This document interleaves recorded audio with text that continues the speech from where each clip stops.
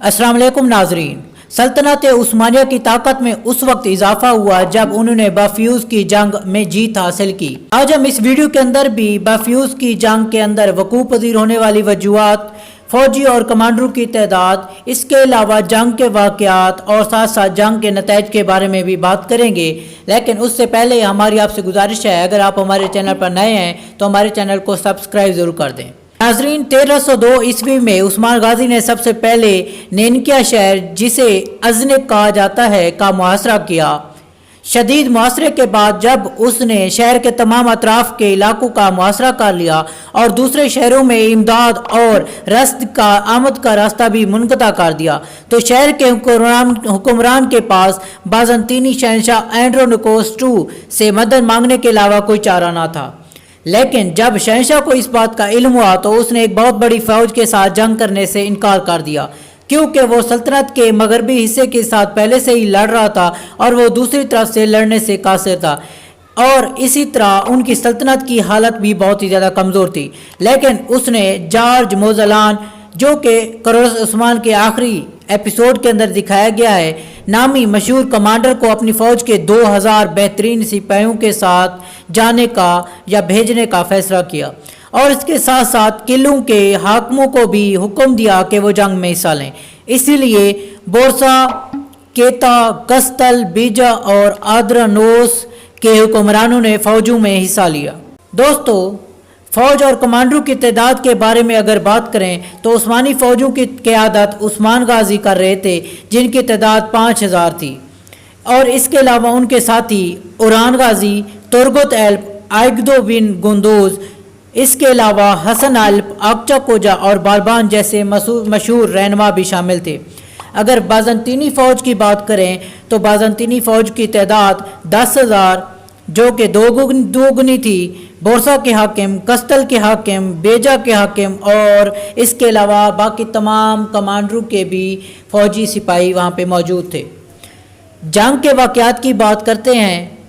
उस्मान बे की फ़ौज 3 अतराफ़ में मुतय्यन थी, दाएं, बाएं और मरकज़ में। मरकज़ की क़यादत उस्मान बे खुद कर रहे थे और उनके साथ बालबान, तुर्गत एल्प और अकचा कोजा थे, जबकि उरहान गाजी और एगदो बिन गुंदोज दाईं तरफ से और कोनूर एल्प और हसन एल्प बाईं तरफ से मौजूद थे। उस्मान गाजी की उम्र उस वक्त 44 साल थी। उन्होंने मरकज़ में अपने सिपाहियों को हमला करने का हुक्म दिया और यूं इस तरह से इस जंग का आगाज़ हुआ।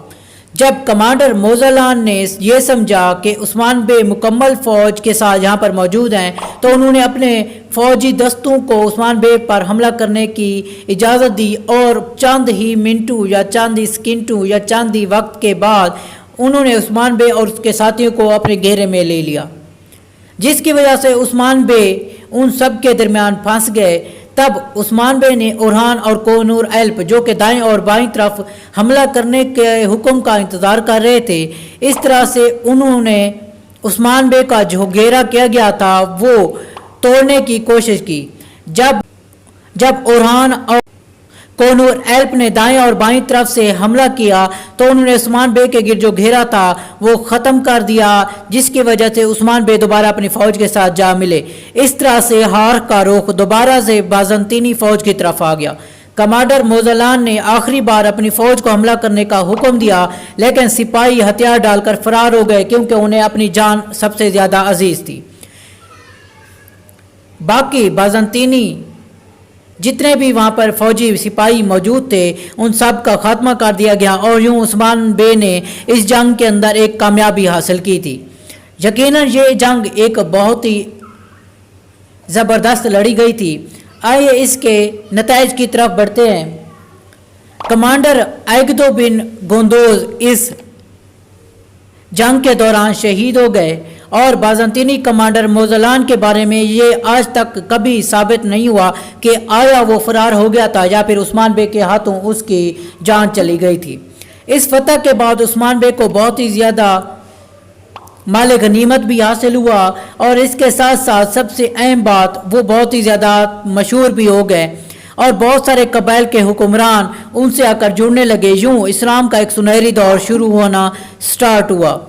ये कभी साबित नहीं हुआ कि आया इसमें बहनों ने भी कोई हिस्सा लिया था या नहीं लिया, लेकिन हमें इतना मालूम है कि उन्होंने हमेशा मुजाहिदीन की मदद की, उन्हें खाना पहुंचाया और ज़ख्मियों की इलाज करती रहीं। यूं उस्मान बे की सल्तनत उस्मानिया के सुनहरी दौर का आगाज़ हुआ था। नाजरीन, हम आपको यहाँ पर एक बात और भी बताते चलें कि जीरकुताए सुल्तान अलाउद्दीन बे और इसके साथ साथ आग तैमूर बे के बारे में तारीख़ में कोई भी ऐसा सबूत मौजूद नहीं है कि उन्होंने इस जंग के अंदर बहुत ही अहम किरदार अदा किया हो, लेकिन हो सकता है कि उन्हें पीछे अपने किलों की हिफाजत के लिए रखा गया हो। तो दोस्तों, अगले दिखाए जाने वाले सीज़न के अंदर बैफ्यूज़ की जंग सबसे अहम जंग होगी जो कि दिखाई जाने वाली है। इसके अलावा हम ये भी कह सकते हैं कि इस आने वाले सीज़न के अंदर बहुत सारे नए किरदारों को शामिल किया जाएगा, जिसके अंदर हसन एल्प, अक्चा कोजा, बालबान और इसके साथ साथ अगदो बिन गुंदोज और इसके साथ साथ तुर्गत एल्प की भी वापसी दिखाई जाएगी। दोस्तों, ये कहना गलत नहीं होगा कि अगला दिखाया जाने वाला सीज़न सबसे बेहतरीन सीज़न होगा और उसके अंदर आपको बहुत सारे नए चेहरे भी देखने को मिलेंगे। हमें भी आपके साथ साथ अगला दिखाए जाने वाला सीज़न उसका बेसब्री से इंतज़ार रहेगा।